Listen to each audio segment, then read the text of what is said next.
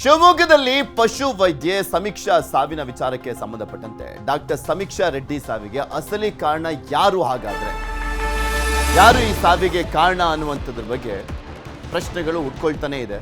Answer ಮಾಡಬೇಕಾಗಿರುವಂಥದ್ದು ಅರಣ್ಯ ಇಲಾಖೆಯ ಸಚಿವರು. ನೀರಾನೆ ಬಳಿ ಸಮೀಕ್ಷಾ ರಾತ್ರಿ ಹೋಗಿದ್ದಾದರೂ ಯಾಕೆ? ನೀರಾನೆ ಹತ್ರ ಯಾಕೆ ಕಳಿಸಿದ್ದು ರಾತ್ರಿ? ಲಯನ್ ಸಫಾರಿಯಲ್ಲಿ ಡ್ಯೂಟಿ ಡಾಕ್ಟರ್ ಇರ್ಲಿಲ್ವಾ? ಹಾಗಾದ್ರೆ ಸಾಕಷ್ಟು ಪ್ರಶ್ನೆಗಳಿದಾವೆ. ಸಮೀಕ್ಷಾ ಸಾವಿನ ವಿಚಾರಕ್ಕೆ ಸಂಬಂಧಪಟ್ಟಂತೆ ಇಲಾಖೆಯ ಮಾರ್ಗಸೂಚಿಗಳು ಪಾಲನೆ ಆಗಿಲ್ವಾ? ಸಿಸಿಟಿವಿಗಳು ಇದ್ರೂ ಕೂಡ ಸಾಕ್ಷಿಗಳು ಯಾಕೆ ಸಿಗ್ತಾ ಇಲ್ಲ? ಸಿಸಿಟಿವಿ ಇದೆ ಅಲ್ಲೆಲ್ಲ ಕಡೆನೂ ಕೂಡ, ಆದ್ರೆ ಸಾಕ್ಷಿಗಳು ಯಾಕೆ ಸಿಗ್ತಾ ಇಲ್ಲ? ಪ್ರತಿಭಾವಂತ ವೈದ್ಯೆಯ ಸಾವಿಗೆ ಹೊಣೆ ಯಾರು? ಇದು ಅರಣ್ಯ ಇಲಾಖೆ ಮಾಡಿದಂತ ಕೊಲೆ ಅಲ್ವಾ? ಯಾಕೆಂದ್ರೆ ನೈಟ್ ಕರ್ಸಿದ್ದಾರೆ, ಸಿಸಿಟಿವಿಗಳಲ್ಲಿ ಕೂಡ ದೃಶ್ಯಾವಳಿಗಳು ಇಲ್ಲ ಅಂತ ಹೇಳಲಾಗ್ತಾ ಇರುವಂಥದ್ದು. ಯಾಕೆ ಕರ್ಸಿದ್ರು ಅಷ್ಟೊತ್ತಲ್ಲಿ? ಯಾಕೆ ಅಲ್ಲಿ ವೈದ್ಯರಿರ್ಲಿಲ್ವಾ? Duty doctor ಇರ್ಲಿಲ್ವಾ? ಅರಣ್ಯ ಸಚಿವ ಈಶ್ವರ್ ಖಂಡ್ರೆ ಸಾಹೇಬ್ರೆ, ಇದಕ್ಕೆ ಯಾವ ರೀತಿಯಾಗಿ ಶಿಕ್ಷೆ ಕೊಡ್ತೀರಾ, ಕ್ರಮ ಕೈಗೊಳ್ತೀರಾ? ಇಲಾಖೆ ನಡೆ ಬಗ್ಗೆ ಸಮೀಕ್ಷಾ ಕುಟುಂಬ ಅನುಮಾನವನ್ನ ವ್ಯಕ್ತಪಡಿಸಿದ್ದು ಸೂಕ್ತ ತನಿಖೆಗೆ ಆಗ್ರಹಿಸ್ತಾ ಇದ್ದಾರೆ. ಅವರು ಸೂಕ್ತ ತನಿಖೆ ಆಗಬೇಕು, ತಪ್ಪಿತಸ್ಥರಿಗೆ ಶಿಕ್ಷೆ ಆಗಬೇಕು ಅಂತ. Duty doctor ಎಲ್ಲೋಗಿದ್ರು? ಟ್ರೈನಿ ಡಾಕ್ಟರ್ನ ಯಾಕೆ ಕಳಿಸಿದ್ದು? ಅದು ನೈಟಲ್ಲಿ ಯಾಕೆ ಕರೆಸಿದ್ದು?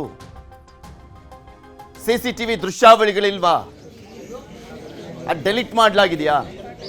ಈ ಪ್ರಶ್ನೆಗಳಿರ್ತಾ ಇದೆ. ಅರಣ್ಯ ಇಲಾಖೆನೇ ಇದಕ್ಕೆ ನೇರ ಹೊಣೆ ಅಂತ.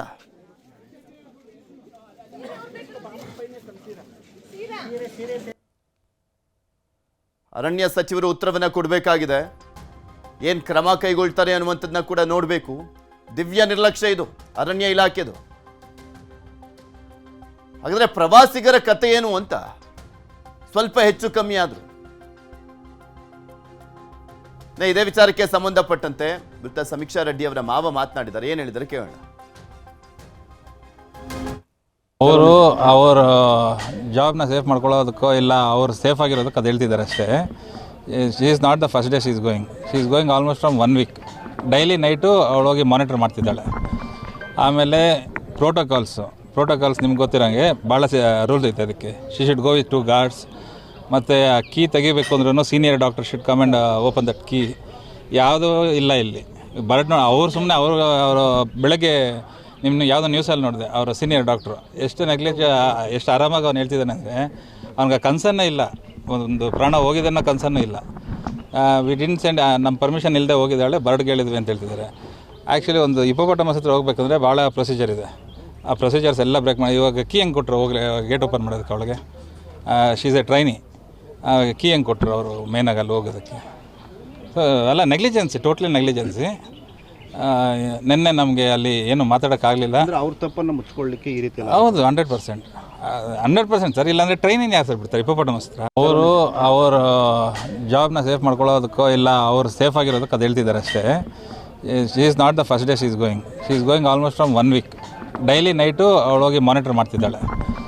ಆಮೇಲೆ ಇದೆಲ್ಲದ್ರ ಬಗ್ಗೆ ಇನ್ನಷ್ಟು ಮಾಹಿತಿಯನ್ನು ಕೊಡ್ತಾ ಹೋಗ್ತಾರೆ ನಮ್ಮ ಪ್ರತಿನಿಧಿ ವಿನಯ್. ನಮ್ಮ ಜೊತೆ ದೂರವಾಣಿ ಸಂಪರ್ಕದಲ್ಲಿ ಜಾಯ್ನ್ ಆಗಿದ್ದಾರೆ. ವಿನಯ್, ಇಲ್ಲಿ ಪ್ರಮುಖವಾಗಿ ನೋಡೋದಾದ್ರೆ ಸಾಕಷ್ಟು ತಪ್ಪುಗಳು, ಎಡವಟ್ಟುಗಳು ಕಾಣಿಸ್ತಾ ಇದ್ದಾವೆ. ನೇರವಾಗಿ ಹೇಳಬೇಕು ಅಂದ್ರೆ ಅರಣ್ಯ ಇಲಾಖೆಯ ಕೊಲೆ ಅಂತ ಹೇಳಿದ್ರು ತಪ್ಪಾಗ್ಲಿಕ್ಕಿಲ್ಲ ಇದನ್ನ.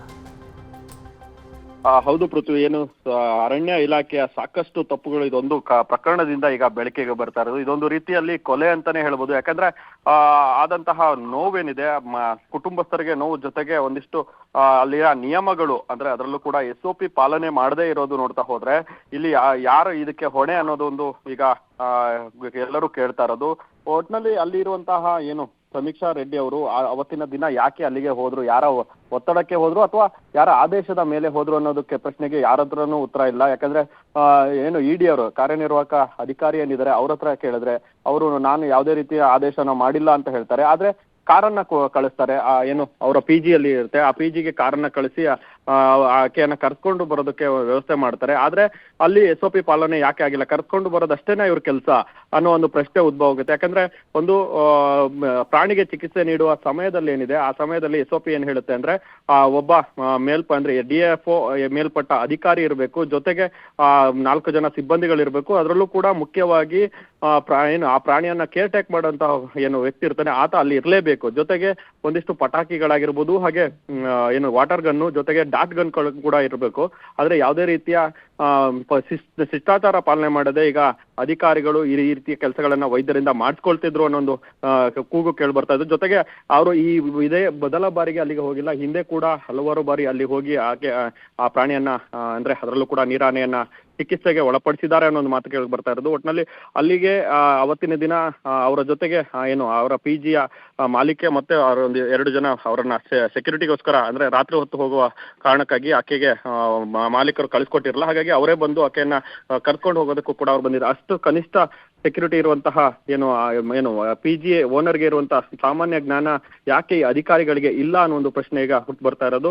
ಅವರು ರಾತ್ರಿ ಹೊತ್ತು ಆಕೆಯನ್ನ ಒಬ್ಬಳನ್ನೇ ಕಳಿಸೋದಕ್ಕೆ ಆಗೋದಿಲ್ಲ, ಹಾಗಾಗಿ ನಾವು ಬರ್ತೀವಿ ಅಂತ ಹೇಳಿ ಆಕೆ ಜೊತೆಗೆ ಬಂದು ಆಕೆಯನ್ನ ಮತ್ತೆ ವಾಪಸ್ ಕರ್ಕೊಂಡು ಹೋಗೋದಕ್ಕೂ ಕೂಡ ಈ ಹಿಂದೆ ಕೂಡ 2 ದಿನದ ಹಿಂದೆ ಮಾಡಿದ್ರು ಅನ್ನೋ ಒಂದು ಮಾತುಗಳು ಕೇಳ್ಬರುತ್ತೆ. ಆದ್ರೆ ಅಧಿಕಾರಿಗಳು ಯಾಕೆ ಇದರಲ್ಲಿ ಬೇಜವಾಬ್ದಾರಿತನ ತೋರಿಸಿದ್ರು ಅನ್ನೋದೊಂದು ಮಾತುಗಳು ಅದರ ಜೊತೆಗೆ ಅಲ್ಲಿ 4 DFOಗಳು ಅಲ್ಲ 2 DFOಗಳು ಹಾಗೂ ASFಗಳು ಇಬ್ರು ಆಲ್ರೆಡಿ ಇರಬೇಕು. ಅದ್ರ ಜೊತೆಗೆ ಅವರು ನೈಟ್ ಡ್ಯೂಟಿ ಪ್ಯಾಟ್ರೋಲಿಂಗ್ ಕೂಡ ಮಾಡಬೇಕು. ಆದ್ರೆ ಅಂತ ಸಮಯದಲ್ಲಿ ಚಿಕಿತ್ಸೆ ಸಮಯದಲ್ಲಿ ಅವರು ಕೂಡ ಅವರಿಗೂ ಕೂಡ ಟ್ರೈನ್ ಅಪ್ ಆಗಿರುತ್ತೆ, ಅವರು ಕೂಡ ಬಂದು ಸಹಕರಿಸಬೇಕು ಅನ್ನೋದು ಮಾತಿದೆ. ಯಾಕೆ ಅವರು ಎಲ್ಲಿ ಹೋದ್ರು, ಆ ಸಮಯದಲ್ಲಿ ಯಾಕೆ ಇರ್ಲಿಲ್ಲ ಅನ್ನೋದು ಕಣ್ಮರೆ ಆದ್ರು ಅನ್ನೋ ಒಂದು ಮಾತು ಅನುಮಾನಕ್ಕೆ ಎಡೆ ಮಾಡ್ಕೊಡ್ತಾ ಇರೋದು. ಅದರಲ್ಲೂ ಕೂಡ ಮತ್ತೊಬ್ಬ DFO ಇದ್ರೂ ಕೂಡ ಅವರು ಸೇವೆಗೆ ಹಾಜರಾಗಿಲ್ಲ ಅನ್ನೋ ಒಂದು ಮಾತುಗಳಿಗೆ ಕೇಳಿ ಬರ್ತಾ ಇದೆ. ಅದನ್ನು ಕೂಡ ಈಗ ತನಿಖೆ ಆಗ್ಬೇಕು. ಅದ್ರ ಜೊತೆಗೆ ಈಗ ಪೊಲೀಸರು ಕೂಡ ಒಂದು FIR ಅನ್ನ ಮಾಡ್ಕೊಂಡಿಲ್ಲ ಅನ್ನೋ ಒಂದು ಕೂಗು ಬರ್ತಾ ಇದೆ. ಅದನ್ನ ಮಾಡಿಕೊಂಡು ಮುಂದಿನ ಕಾರ್ಯವನ್ನ ಮಾಡ್ಕೊಳ್ಬೇಕು. ಅದ್ರ ಜೊತೆಗೆ ಯಾರು ತಪ್ಪಿತಸ್ಥರು ಇದ್ದಾರೆ ಅವ್ರಿಗೆ ಸಿಕ್ಕಿ ಇಲ್ಲಿ CCTV ವಿಚಾರದಲ್ಲಿ ಆ CCTV ವರ್ಕ್ ಆಗ್ತಾ ಇತ್ತು, ಆದ್ರೆ ಅದರ ಡೇಟಾ ಡಿಲೀಟ್ ಮಾಡಿದ್ರು ಅಂತನಾ ಅಥವಾ ವರ್ಕೇ ಆಗ್ತಾ ಇಲ್ವಾ?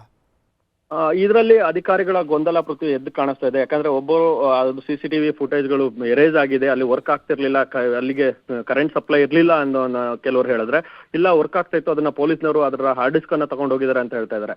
ಆದ್ರೆ ಆ CCTV ಏನಿದೆ ಹಾರ್ಡ್ ಡಿಸ್ಕ್ಗೆ ಬರುವಂತ CCTV ಅಲ್ಲ, ಅದರಲ್ಲೂ ಕೂಡ ಅದು ಚಿಪ್ ಅಲ್ಲಿ ವರ್ಕ್ ಆಗುವಂತ CCTV. ಯಾಕಂದ್ರೆ ಅಲ್ಲಿಗೆ ಯಾವುದೇ ಕರೆಂಟ್ ಅನ್ನ ಸಂಪರ್ಕ ಇರಲಿಲ್ಲ. ಹಾಗಾಗಿ ಅಲ್ಲಿ ಇರುವಂತಹ CCTV ಏನಿದೆ ಅದು ಒಂದು ರೀತಿಯಲ್ಲಿ ಹೈಟೆಕ್ ಆಗಿದ್ರು ಕೂಡ ಅದ್ರದ್ದು ಇದ್ದಂತ ಫುಟೇಜ್ಗಳಿದ್ದು ಅದು ಎಲ್ಲಿಗೆ ಹೋಯ್ತು, ಯಾರು ಅದನ್ನ ತೆಗೆದು ಡಿಲೀಟ್ ಮಾಡಿದ್ರು ಅನ್ನೋದು ಈಗ ಪ್ರಶ್ನೆ ಹುಟ್ಕೊಳ್ತಾ ಇರೋದು. CCTV ಇದ್ರೂ ಕೂಡ ಅಧಿಕಾರಿಗಳು ಇದರಲ್ಲಿ ಕಣ್ಣ ಮುಚ್ಚಲ ಯಾಕೆ ಆಡ್ತಾ ಇದಾರೆ ಅನ್ನೋದು ಈಗ ಪೊಲೀಸರಿಗೆ ಕೊಟ್ಟಿದ್ದಾರೆ ಅಂತ ಹೇಳ್ತಾ ಇದಾರಲ್ಲ, ಪೊಲೀಸರು ಏನಾದ್ರು ಕ್ಲಾರಿಟಿ ಕೊಟ್ಟ ಇದ್ರ ಬಗ್ಗೆ? ಸದ್ಯ ಪೃಥ್ವಿ ಇದ್ರ ಬಗ್ಗೆ ಯಾವುದೇ ರೀತಿಯ ತನಿಖಾ ಹಂತದಲ್ಲಿ ಇರೋದ್ರಿಂದ ಪೊಲೀಸರು ಕೂಡ ಯಾವುದೇ ರೀತಿಯಾಗಿ ತನಿಖೆ ಹಂತದಲ್ಲಿ ಇರೋದ್ರಿಂದ ಯಾವುದನ್ನು ಕೂಡ ಗುಟ್ಟನ್ನ ಬಿಟ್ಕೊಡ್ತಾ ಇಲ್ಲ. ಅದರಲ್ಲೂ ಕೂಡ ಯಾವ ತನಿಖೆನ ಮಾಡ್ತಾ ಇದೀವಿ, ಯಾರನ್ನ ತನಿಖೆಗೆ ಒಳಪಡಿಸ್ತೀವಿ ಕೂಡ ಹೇಳ್ತಾ ಇಲ್ಲ. CCTV ದೃಶ್ಯಾವಳಿಗಳು ತಗೊಂಡೋಗಿದ್ದಾರೆ ಪೊಲೀಸರು ಅಂತೆಲ್ಲ ಹೇಳ್ತಾ ಇದಾರಲ್ಲ ಅರಣ್ಯ ಇಲಾಖೆ ಅಧಿಕಾರಿಗಳು, ಅದ್ರ ಬಗ್ಗೆ ಏನಾದ್ರು ಕ್ಲಾರಿಟಿ ಕೊಡ್ಬೇಕಲ್ಲ, ಇತ್ತು ಇಲ್ಲ ತಗೊಂಡಿದೀವಿ ಹಾರ್ಡ್ ಡಿಸ್ಕು ಅಂತ ಏನಾದ್ರು? ಸದ್ಯ ಈಗ ಅದರಲ್ಲಿ ಇರುವಂತಹ ಹಾರ್ಡ್ ಡಿಸ್ಕ್ ಅಂದ್ರೆ ಮೆಮೊರಿ ಕಾರ್ಡ್ ಏನಿದೆ, ಆ ಕಾರ್ಡ್ ಅನ್ನ ಈಗ ಪೊಲೀಸರು ತೆಗೆದುಕೊಂಡು ಹೋಗಿದ್ದಾರೆ ಅಂತ ಇವ್ರು ಹೇಳ್ತಾ ಇದ್ದಾರೆ. ಆದ್ರೆ ಪೊಲೀಸ್ ಇಲಾಖೆಯಿಂದ ಯಾವುದೇ ಅಧಿಕೃತ ಮಾಹಿತಿ ಕೂಡ ಈಗ ಸದ್ಯಕ್ಕೆ ಲಭ್ಯವಾಗಿಲ್ಲ. ಪೊಲೀಸರು ಕೂಡ ಈ ತನಿಖಾ ಹಂತದಲ್ಲಿ ಏನಿದೆ ಅದನ್ನ ಕೂಡ ಈಗ ಯಾವುದೇ ರೀತಿಯಿಂದಲೂ ಅದನ್ನ ಪಬ್ಲಿಷ್ ಅನ್ನ ಮಾಡಿಲ್ಲ ಅಂತಾನೆ ಈಗ ಗೊತ್ತಾಗ್ತಾ ಇರೋದು. ಜೊತೆಗೆ ಅಲ್ಲಿ ಈಗ ತನಿಖಾ ಇಲಾಖೆ ತನಿಖೆಯನ್ನ ಸಚಿವರಾದಂತಹ ಈಶ್ವರ್ ಖಂಡ್ರೆ ಅವರು ಒಂದು ನೇಮಕ ಮಾಡ್ತಾರೆ. ಅದರಲ್ಲಿ CCF ಅವರಿಗೆ ಶಿವಮೊಗ್ಗದ CCFಗೆ ಅದನ್ನ ಹೆಗಲಿಗೆ ಹಾಕ್ತಾರೆ. ಆದ್ರೆ ಅದು ಕೂಡ ಈಗ ಅಪಸ್ವರಕ್ಕೆ ಕಾರಣ ಆಗ್ತದೆ. ಯಾಕಂದ್ರೆ CCFಗೆ ಶಿವಮೊಗ್ಗದವರಿಗೆ ಕೊಟ್ರೆ ಅದು ಹಾದಿ ತಪ್ಪು ಆಗುತ್ತೆ. ಅದಕ್ಕಾಗಿ ಅದನ್ನ ಬೇರೆ CCFಗಳಿಗೆ ಅಂದ್ರೆ ಶಿವಮೊಗ್ಗ ಬಿಟ್ಟು ಬೇರೆ CCFಗಳಿದ್ದಾರೆ ಅವರಿಗೆ ವಹಿಸಿದ್ರೆ ಅದು ಈ ತನಿಖೆ ಸರಿಯಾಗಿ ಹೋಗುತ್ತೆ ಅನ್ನೋ ಒಂದು ಮಾತುಗಳು ಕೇಳಿ ಬರ್ತಾ ಇದೆ. ಅದರಲ್ಲೂ ಕೂಡ ಈ ಅಧಿಕಾರಿಗಳಿಗೆ ಕೊಟ್ರೆ ಅವರು ಮೊದಲಿಂದನೂ ಅವರ ಸಂಪರ್ಕದಲ್ಲಿ ಇರ್ತಾರೆ. ಅದರಲ್ಲೂ ಕೂಡ ಅರಣ್ಯ ಇಲಾಖೆ ಅವರೇ ತನಿಖೆ ನಡೆಸೋದ್ರಿಂದ ಯಾವುದೇ ರೀತಿಯ ಸತ್ಯಗಳು ಹೊರಬರಲ್ಲ ಅನ್ನೋ ಒಂದು ಮಾತುಗಳು ಕೇಳಿ ಬರ್ತದೆ. ಹಾಗಾಗಿ ಕೂಡ CCFಗೆ ಅದನ್ನ ಕೊಡಬೇಡಿ, ಬೇರೆ CCF ಇದಾರೆ ಅವ್ರಿಗೆ ಕೊಡಿ. ಅದರಲ್ಲೂ ಕೂಡ ಶಿವಮೊಗ್ಗದ CCFಗೆ ಯಾಕೆ ಕೊಡ್ಬೇಕಾಗಿತ್ತು ಅನ್ನೊಂದು ಈಗ ಮಾತು ಕೇಳಿ ಬರ್ತಾ ಇದ್ದು. ಓಕೆ, ಧನ್ಯವಾದ ವಿನಯ್ ನಿಮ್ಮೆಲ್ಲ ಮಾಹಿತಿಗಾಗಿ. ಇದೇ ವಿಚಾರಕ್ಕೆ ಸಂಬಂಧಪಟ್ಟಂತೆ ಅರಣ್ಯ ಸಚಿವ ಇರಾನ್ ಇಸ್ರೇಲ್ ನಡುವೆ ತೀವ್ರಗೊಂಡಿರುವಂತದ್ದು ಯುದ್ಧ. ಇರಾನ್ಗೆ 48 ಗಂಟೆಗಳ ಡೆಡ್ಲೈನ್ ಅನ್ನ ಕೊಟ್ಟಿದೆ ಟ್ರಂಪ್. ಡೆಡ್ಲೈನ್ ಅನ್ನ ಕೊಟ್ಟಿರುವಂತದ್ದು ಟ್ರಂಪ್. ಅಮೆರಿಕ ಡೆಡ್ಲೈನ್ ಕೊಟ್ಟಿದೆ ಇರಾನ್ಗೆ. ಯಾವ ಕಾರಣಕ್ಕೆ? ಹರ್ಮುಜ್ ಜಲಸಂಧಿ ತೆರಲಿಕ್ಕೆ ಟ್ರಂಪ್ ಆಗ್ರಹಿಸ್ತಾ ಇರುವಂತದ್ದು. ಜಲಸಂಧಿ ಬಗ್ಗೆ ಯಾವುದೇ ರೀತಿಯಾದಂಥ ಬಂದ್ ಮಾಡಬಾರ್ದು, ಇಲ್ಲ ಅಂದರೆ 48 ಗಂಟೆಯ ನಂತರ ಹೇಗೆ ಪಾಠ ಕಲಿಸ್ತೀವಿ ಅಂತ ಹೇಳಿದ್ದಾರೆ. ಹರ್ಮುಜ್ ತೆರೆಯದಿದ್ರೆ ಭೀಕರ ದಾಳಿಯ ಎಚ್ಚರಿಕೆಯನ್ನ ಕೊಡಲಾಗಿದೆ. ವಿದ್ಯುತ್ ಘಟಕಗಳನ್ನ ಟಾರ್ಗೆಟ್ ಮಾಡ್ತೇವೆ ಅಂತ ಟ್ರಂಪ್ ಎಚ್ಚರಿಕೆಯನ್ನ ಕೊಟ್ಟಿರುವಂಥದ್ದು. ಹರ್ಮುಜ್ ಜಲಸಂಧಿ ಬಂದಾಗಿರುವಂಥ ಹಿನ್ನೆಲೆಯಲ್ಲಿ ಸ್ಪೆಷಲಿ ಆ ಮಧ್ಯಪ್ರಾಚ್ಯದಿಂದ ಬರಬೇಕಾಗಿದ್ದಂಥ ನೌಕೆಗಳೆಲ್ಲವೂ ಕೂಡ ಅಲ್ಲೇ ಸ್ಟ್ರಕ್ ಆಗಿರುವಂಥದ್ದು. ಇದು ಜಾಗತಿಕವಾಗಿ ತೈಲದ ಅಭಾವವನ್ನು ಸೃಷ್ಟಿಯಾಗಿರುವಂಥ ಹಿನ್ನೆಲೆಯಲ್ಲಿ ಎಲ್ಲದರ ರೇಟು ಜಾಸ್ತಿ ಆಗ್ತಾ ಇದೆ. ಸೊ ಹೀಗಾಗಿ ಟ್ರಂಪ್ ಎಚ್ಚರಿಕೆಯನ್ನು ಕೊಟ್ಟಿರುವಂಥದ್ದು. ಇರಾನ್ ಏನು ಮಾಡುತ್ತೆ ನೋಡಬೇಕು. 48 ಗಂಟೆಗಳ ಒಳಗಾಗಿ ಅದೆಲ್ಲವೂ ಕೂಡ ಕ್ಲಿಯರ್ ಆಗಬೇಕು ಅಂತ ಹೇಳಿದ್ದಾರೆ. ವಿದ್ಯುತ್ ಘಟಕಗಳನ್ನು ಸಂಪೂರ್ಣ ನಾಶ ಮಾಡಿಬಿಡ್ತೀವಿ, ಅತಿ ದೊಡ್ಡ ಘಟಕದಿಂದಲೇ ದಾಳಿಯನ್ನು ಆರಂಭಿಸ್ತೇವೆ, ಇರಾನ್ಗೆ 48 ಗಂಟೆ ಕಾಲಾವಕಾಶ ಅಷ್ಟೇ ಅಂತ ಟ್ರಂಪ್ ಹೇಳಿರೋದು. ಕೂಡಲೇ ಹರ್ಮುಜ್ ಜಲಸಂಧಿ ಮುಕ್ತಗೊಳಿಸಿ ಇರಾನ್ಗೆ ಎಚ್ಚರಿಕೆಯನ್ನು ಕೊಟ್ಟಿದೆ ಅಮೆರಿಕದ ಅಧ್ಯಕ್ಷ ಎಚ್ಚರಿಕೆಯನ್ನು ಕೊಟ್ಟಿರುವಂಥದ್ದು. ನಿಮಗೆ ತೋರಿಸ್ತಾ ಇದೀವಿ ನೋಡಿ, ತಮ್ಮ ಟ್ರೂತಲ್ಲಿ ಹಾಕೊಂಡಿರುವಂಥದ್ದು. ಟ್ರಂಪ್ ವಿತಿನ್ 48 ಅವರ್ಸ್ ಒಳಗಡೆ ಹರ್ಮುಜ್ ಜಲಸಂಧಿ ಏನು ಬಂದ್ ಮಾಡಲಾಗಿದೆ ಅದನ್ನ ಫ್ರೀ ಮಾಡಬೇಕು ಅಂತ ಹೇಳಿದ್ದಾರೆ. ಇಲ್ಲ ಅಂದ್ರೆ 48 ಅವರ್ಸ್ ಆದ ನಂತರ ದೊಡ್ಡ ಮಟ್ಟದಲ್ಲಿ ಪರಿಣಾಮವನ್ನು ಎದುರಿಸಬೇಕಾಗುತ್ತೆ. ಅಮೆರಿಕ ಬೆದರಿಕೆಗಳಿಗೆ ಬಗ್ಗದ ಇರಾನ್ ದಾಳಿ ಮಾಡಿದ್ರೆ ನಾವು ಕೂಡ ಸುಮ್ಮನಿರಲ್ಲ ಅಂತ ಕೌಂಟರ್ ಅನ್ನ ಕೊಟ್ಟಿದ್ದಾರೆ. ಅವರು ಯಾವ ಎಚ್ಚರಿಕೆಗೂ ಕೂಡ ಬಗ್ತಾ ಇಲ್ಲ. ಏನಾದರೂ ಮಾಡಿ ನಾವು ಸುಮ್ಮನಿರೋದಿಲ್ಲ ಅಂತ ಹೇಳ್ತಾ ಇದ್ದಾರೆ. ದಾಳಿ ಮಾಡಿದ್ರೆ ನಾವು ಕೂಡ ಸುಮ್ಮನಿರೋದಿಲ್ಲ. ಅಮೆರಿಕ ಮತ್ತು ಅದರ ಮಿತ್ರ ರಾಷ್ಟ್ರಗಳ ಮೇಲೆ ದಾಳಿಯನ್ನು ಕಂಟಿನ್ಯೂ ಮಾಡ್ತೀವಿ. ಇಂಧನ, ಮಾಹಿತಿ ತಂತ್ರಜ್ಞಾನ ಸೌಲಭ್ಯಗಳನ್ನು ಟಾರ್ಗೆಟ್ ಮಾಡ್ತೀವಿ. ನೀರು ಸಂಸ್ಕರಣಾ ಘಟಕಗಳನ್ನು ಧ್ವಂಸ ಮಾಡುವಂತಹ ತಿರುಗೇಟನ್ನು ಕೊಡಲಾಗಿದೆ. ನೀರು ಸಂಸ್ಕರಣಾ ಘಟಕಗಳನ್ನು ಧ್ವಂಸ ಮಾಡುವಂಥ ತಿರುಗೇಟು ಅದು. ಅಮೆರಿಕ ಆರ್ಥಿಕ ವ್ಯವಸ್ಥೆಗೆ ಹೊಡೆತಕ್ಕೆ ಇರಾನ್ ಕೂಡ ತಂತ್ರವನ್ನು ರೂಪಿಸಿದೆ. UAE ಮೇಲೆ ನಿರಂತರ ದಾಳಿಯನ್ನು ಮಾಡ್ತಾ ಇದೆ ಇರಾನ್. ದುಬೈನಲ್ಲಿ ಹೆಚ್ಚು ಹೂಡಿಕೆಯನ್ನು ಮಾಡಿರುವಂಥದ್ದು ಅಮೆರಿಕ.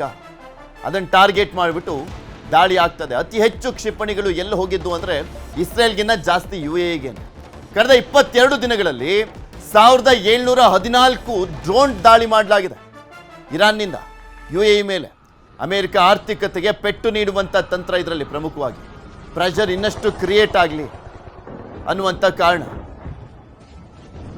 1800 ಹತ್ತತ್ರ ಡ್ರೋನ್ ದಾಳಿಯನ್ನೇ ಮಾಡಿದೆ. ಇನ್ನು ಇರಾನ್ ಸೇನಾ ಶಕ್ತಿಗೆ ಜಗತ್ತೇ ಒಂದು ರೀತಿ ಒಂಥರ ಆಶ್ಚರ್ಯ. ಇಷ್ಟೊಂದು ಪ್ರತಿರೋಧವನ್ನ ತೋರ್ತಾ ಇದಾರಲ್ಲ, ಅಷ್ಟು ಪ್ರೆಷರ್ ಇದ್ರೂ ಕೂಡ ಅಂತ. ಇರಾನ್ ಬಳಿ 4000 ಕಿಲೋಮೀಟರ್ಸ್ ಆಗುವಂಥ ಕ್ಷಿಪಣಿ ಇದೆ. 4000 ಕಿಲೋಮೀಟರ್ಸ್ ಆಗುವಂಥ ಕ್ಷಿಪಣಿ ಅದು. 2000 ಕಿಲೋಮೀಟರ್ಸ್ ಆಗುವಂಥ ಕ್ಷಿಪಣಿ ಕೂಡ ಇದೆ ಅಂತ ಹೇಳಲಾಗ್ತಾ ಇತ್ತು. ಅದನ್ನ ಈಗ ಆಲ್ರೆಡಿ ಪ್ರಯೋಗ ಮಾಡ್ತಾ ಇದ್ರು. ಆದರೆ 4000 ಕಿಲೋಮೀಟರ್ಸ್ ಆಗುವಂಥ ಕ್ಷಿಪಣಿ ಇದೆಯಂತ. ಅಮೆರಿಕ ಸೇನಾ ನೆಲೆ ಮೇಲೆ 4000 ಕಿಲೋಮೀಟರ್ಸ್ ಆಗುವಂಥ ಕ್ಷಿಪಣಿಯಿಂದ ದಾಳಿ. ಒಂದು ಪತನ ಆಗಿದೆ, ಮತ್ತೊಂದನ್ನ ನಾಶ ಮಾಡಿರುವಂಥದ್ದು ಅಮೆರಿಕ. ಅವ್ರಿಗೆ ಆಶ್ಚರ್ಯ ಆಗಿದೆ. ಸೊ ಹೈ ಟೆಕ್ನಾಲಜಿ ಇರುವಂಥ ಕ್ಷಿಪಣಿಗಳಿದಾವೆ ಅಂತ. ನಿನ್ನೆ ಹಿಂದೂ ಮಹಾಸಾಗರದಲ್ಲಿರುವಂಥ ಡಿಯಾಗೋ ಗಾರ್ಸಿಯಾ ದ್ವೀಪದ ಮೇಲೆ ಇರಾನ್ ದಾಳಿಯನ್ನು ಮಾಡಿದೆ. ಇದು 4000 ಕಿಲೋಮೀಟರ್ಸ್ ಆಗುವಂಥ ಕ್ಷಿಪಣಿಯನ್ನು ಹೊಂದಿದೆ ಅನ್ನುವಂಥದ್ದು ನಿನ್ನೆನೇ ಗೊತ್ತಾಗಿದ್ದವರಿಗೆ. ಅನಿಲ ತೈಲ ಘಟಕ ಆಯಿತು, ಅಣುಸ್ಥಾವರಗಳನ್ನು ಟಾರ್ಗೆಟ್ ಮಾಡಲಾಗ್ತಾ ಇದೆ. ದ ಮೋಸ್ಟ್ ಡೇಂಜರಸ್ ಇದು. ಅನಿಲ ಘಟಕಗಳನ್ನು, ತೈಲ ಸಂಸ್ಕರಣಾ ಘಟಕಗಳನ್ನು ಟಾರ್ಗೆಟ್ ಮಾಡ್ತಾ ಇದ್ರು, ಅದರ ಮೇಲೆ ದಾಳಿಯನ್ನು ಮಾಡ್ತಾ ಇದ್ರು. ಈಗ ಅಣುಸ್ಥಾವರಗಳ ಮೇಲೆ ಟಾರ್ಗೆಟ್ ಮಾಡಲಾಗ್ತಾ ಇದೆ. ಇರಾನ್ನ ನಟನ್ಸ್ ಸ್ಥಾವರಕ್ಕೆ ಇಸ್ರೇಲ್ ದಾಳಿಯನ್ನು ಮಾಡಿದೆ. ಅಣುಸ್ಥಾವರದ ಮೇಲೆ. ಇಸ್ರೇಲ್ನ ಡಿಮೋನ್ ಘಟಕದ ಮೇಲೆ ಇರಾನ್ ದಾಳಿಯನ್ನು ಮಾಡಿರುವಂಥದ್ದು. ಪರಮಾಣು ಘಟಕಗಳ ಮೇಲೆ ದಾಳಿಯಿಂದ ಆತಂಕ ಎದುರಾಗಿದೆ. ಆಕ್ಚುಲಿ ಈ ಯುದ್ಧಕ್ಕೆ ಅಮೆರಿಕ ಕೊಡ್ತಾ ಇದ್ದಂಥ ಕಾರಣನೇ ಅದು. ಪರಮಾಣುವನ್ನು ಹೊಂತಾ ಇದ್ರು, ಅಣುವನ್ನು ಹೊಂತಾ ಇದ್ರು ಅನ್ನುವಂಥ ಕಾರಣ ಕೊಡ್ತಾ ಇದ್ರು. ಈಗ ಅದ್ರ ಮೇಲೆ ದಾಳಿಯನ್ನು ಮಾಡಲಾಗ್ತದೆ. ಸದ್ಯಕ್ಕೆ ವಿಕಿರಣ ಸೋರಿಕೆ ಬಗ್ಗೆ ವರದಿ ಆಗಿಲ್ಲ. ಅದನ್ನು ಯಾವ ರೀತಿಯಾಗಿ ಸೇಫ್ ಆಗಿ ಸಾಗಿಸ್ತಾರೆ ಅನ್ನುವಂಥ ಪ್ರಶ್ನೆ ಇತ್ತು. ಆದರೆ ಈಗ ಅದ್ರ ಮೇಲೆ ದಾಳಿ ಮಾಡುವಂಥ ಕೆಲಸವನ್ನು ಮಾಡಲಾಗ್ತಾ ಇದೆ. ಇದೆಲ್ಲದ್ರ ಬಗ್ಗೆ ಕಂಪ್ಲೀಟ್ ಆಗಿ ಡೀಟೇಲ್ಸ್ ಅನ್ನ ಕೊಡ್ತಾ ಹೋಗ್ತಾರೆ ನಮ್ಮ ನ್ಯೂಸ್ ಎಡಿಟರ್ ಆಗಿರುವಂಥ ಡಾಕ್ಟರ್ ರಮೇಶ್ ಕುಮಾರ್ ಜೋಲ್ದಾಳ್ ನಮ್ಮ ಜೊತೆ ನೇರ ಸಂಪರ್ಕದಲ್ಲಿ ಜಾಯ್ನ್ ಆಗಿದ್ದಾರೆ. ರಮೇಶ್, 23ನೇ ದಿನಕ್ಕೆ ಕಾಲಿಟ್ಟಿರುವಂಥದ್ದು ರಣಭೀಕರ ಯುದ್ಧ ಇನ್ನಷ್ಟು ರಣಭೀಕರ ಆಗ್ತಾ ಹೋಗ್ತಾ ಇದೆ. ಅದರ ಜೊತೆಗೆ ಬೇರೆ ದೇಶಗಳ ಮೇಲೂ ಕೂಡ ದೊಡ್ಡ ಪರಿಣಾಮ ಬೀರ್ತಾ ಇರುವಂಥದ್ದು ಆರ್ಥಿಕತೆಯ ಮೇಲೆ. ಈಗ ಅಮೆರಿಕ ಎಚ್ಚರಿಕೆ ಕೊಟ್ಟಿದೆ, ಇರಾನ್ ಕೂಡ ತಿರುಗೇಟನ್ನು ಕೊಡ್ತಾ ಇದೆ. ಅಟ್ ಪ್ರೆಸೆಂಟ್ ಹೇಗಿದೆ ಸಿಚುಯೇಷನ್? ಪೃಥ್ವಿ, ನಿನ್ನೆ ಇರಾನ್ ಡಿಯಾಗೋ ಗಾರ್ಸಿಯಾ ಐಲ್ಯಾಂಡ್ ಮೇಲೆ ಏನು ಅಟ್ಯಾಕ್ ಮಾಡಿದೆ, ಬ್ರಿಟನ್ ಮತ್ತು ಅಮೆರಿಕದ ಸೇನಾ ನೆಲೆಗಳಿದ್ವು, ಅದು ಇಡೀ ವಿಶ್ವಕ್ಕೆ ಒಂದು ರೀತಿ ಶಾಕ್ ಆಗಿದೆ. ಅಂದರೆ ಇರಾನ್ ಇಷ್ಟೊಂದು ಬಲಿಷ್ಠವಾಗಿತ್ತಾ ಅಂತಕ್ಕಂಥದ್ದು ನಿನ್ನೆ ಮಧ್ಯಾಹ್ನದವರೆಗೂ ಯಾರಿಗೂ ಗೊತ್ತಿರಲಿಲ್ಲ. ಅದೇ ನೀವು ಹೇಳ್ದಂಗೆ ಆಗಲೇ ಹೇಳ್ತಾ ಇದ್ರಿ, ಇರಾನ್ ಹತ್ರ 1,500ದಿಂದ 2,000 ರೇಂಜಿಗೆ ಹೊಡೆಯೋಷ್ಟು ಬ್ಯಾಲಿಸ್ಟಿಕ್ ಮಿಷನ್ಸ್ ಖಂಡಾಂತರ ಕ್ಷಿಪಣಿಗಳಿದೆ, ಅಷ್ಟೇ ಅದರದ್ದು ಶಕ್ತಿ ಅಂತ ಅಂದ್ಕೊಂಡಿದ್ರು. ಆದರೆ ಯಾವುದೇ ದೇಶ ತನ್ನ ಸೇನಾ ಶಕ್ತಿಯನ್ನು ಬಿಟ್ಕೊಡಲ್ಲ. ಯಾಕೆಂದರೆ ನಾನೇ ದೊಡ್ಡವನು ಅಂತ ಹೇಳಿದ್ರೆ ಇನ್ನೊಂದು ದೇಶ ಅದಕ್ಕಿಂತ ದೊಡ್ಡದು ಏನು ಬೇಕೋ ಅದಕ್ಕೆ ಅರೇಂಜ್ಮೆಂಟ್ ಮಾಡುತ್ತೆ.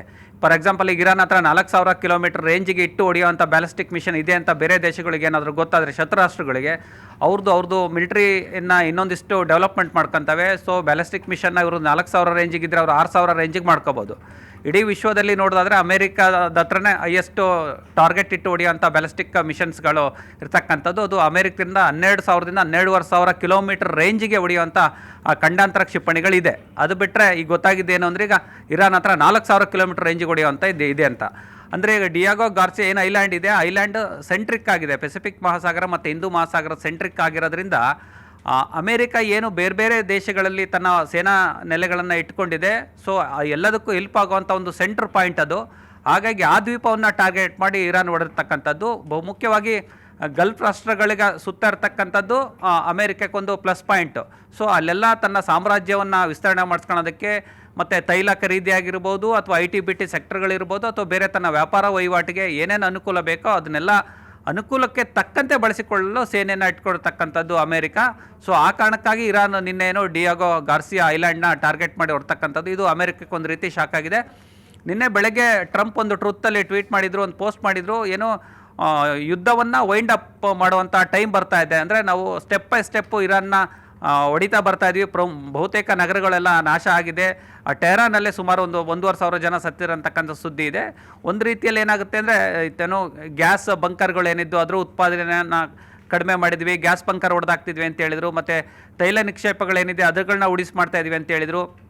ಮತ್ತು ವಿದ್ಯುತ್ ಸಂಪರ್ಕ ಏನೇನಿದೆ, ಸೊ ಪ್ರತಿಯೊಂದು ವಲಯಗಳನ್ನ ಒಂದೊಂದೇ ನಾವು ಹೊಡಿತಾ ಬರ್ತಾ ಇದ್ವಿ. ಇರಾನ್ ಇನ್ನೇನು ಬಹುತೇಕ ಆಲ್ಮೋಸ್ಟ್ ಸೋತ್ ಹೋಗಿದೆ. ಹಾಗಾಗಿ ನಾವು ಯುದ್ಧವನ್ನು ವೈಂಡ್ ಅಪ್ ನಿಲ್ಲಿಸುವಂಥ ಕೆಲಸವನ್ನು ಕ್ರಮೇಣ ಮಾಡ್ತೀವಿ ಅಂತ ಟ್ರಂಪ್ ಹೇಳಿದರು.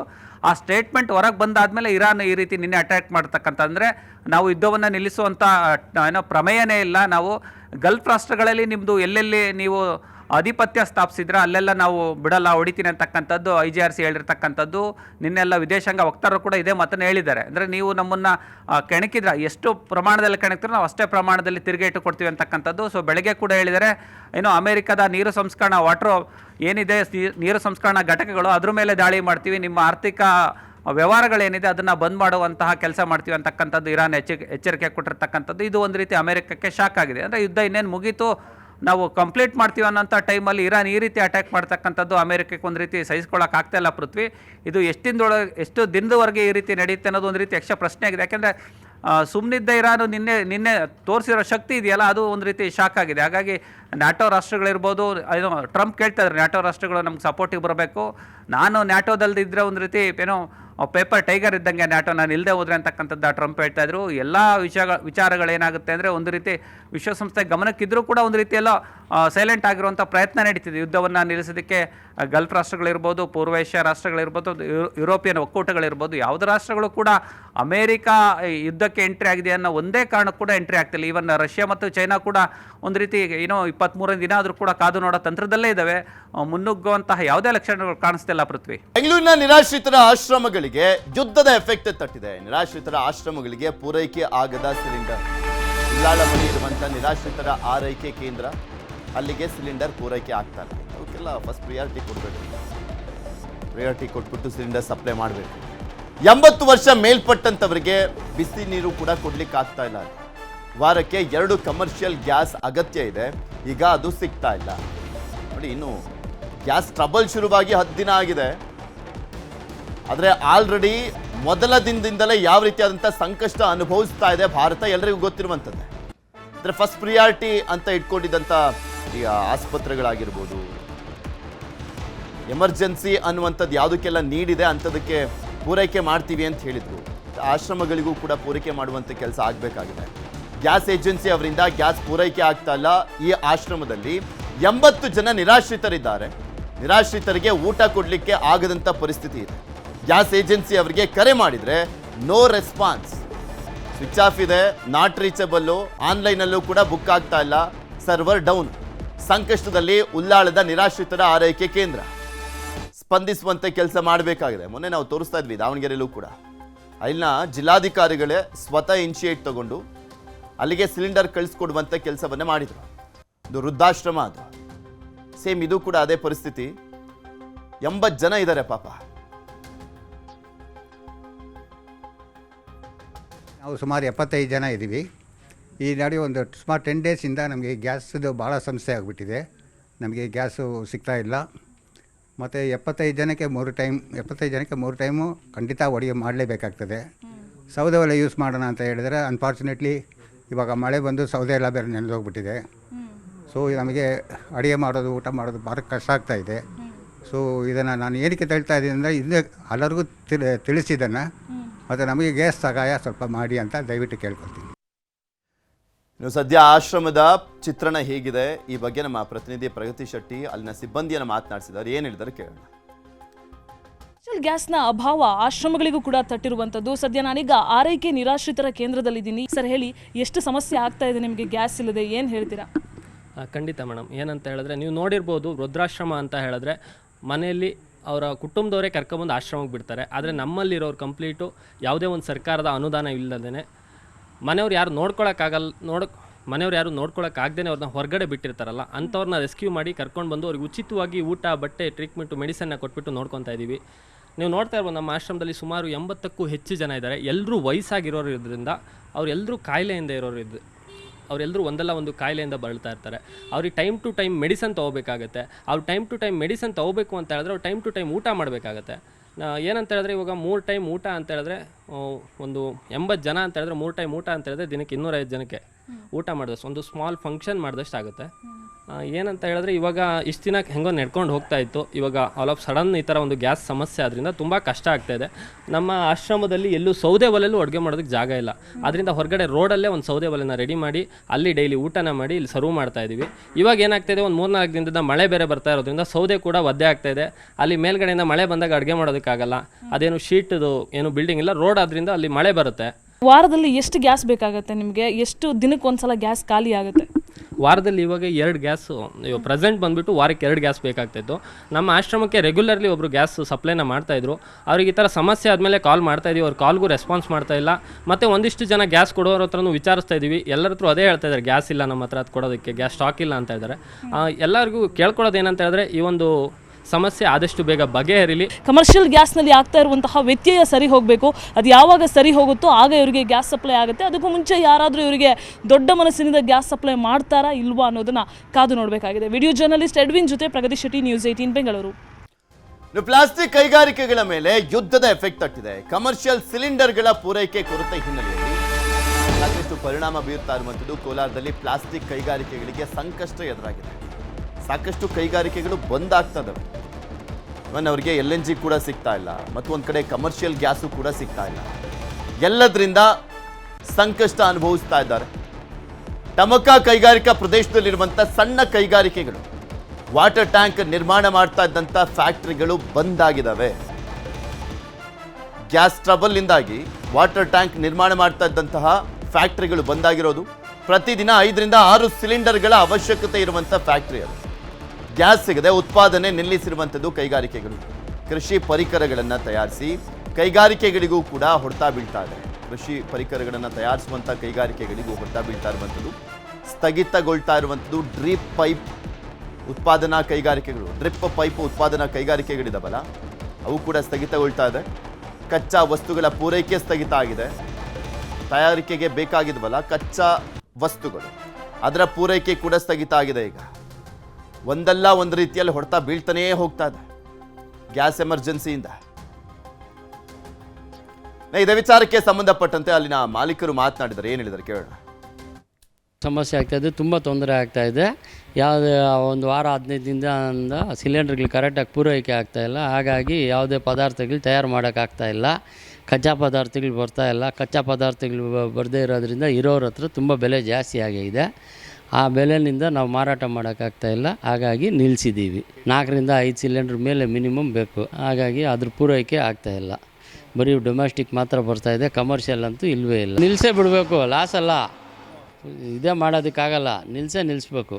ಕೆಲಸದವ್ರಿಗೆ ಕೊಡೋಕ್ಕಾಗಲ್ಲ, ಕರೆಂಟ್ ಬಿಲ್ ನಾವು ಕಟ್ಟೋಕ್ಕಾಗಲ್ಲ, GST ಕಟ್ಟಬೇಕು, ಬ್ಯಾಂಕ್ ಕಮಿಟ್ಮೆಂಟು ಎಲ್ಲ ಯಾವುದು ಇದು ಮಾಡೋಕ್ಕಾಗಲ್ಲ, ಯಾವುದನ್ನು ಇದೇ ಮಾಡೋದಕ್ಕಾಗಲ್ಲ.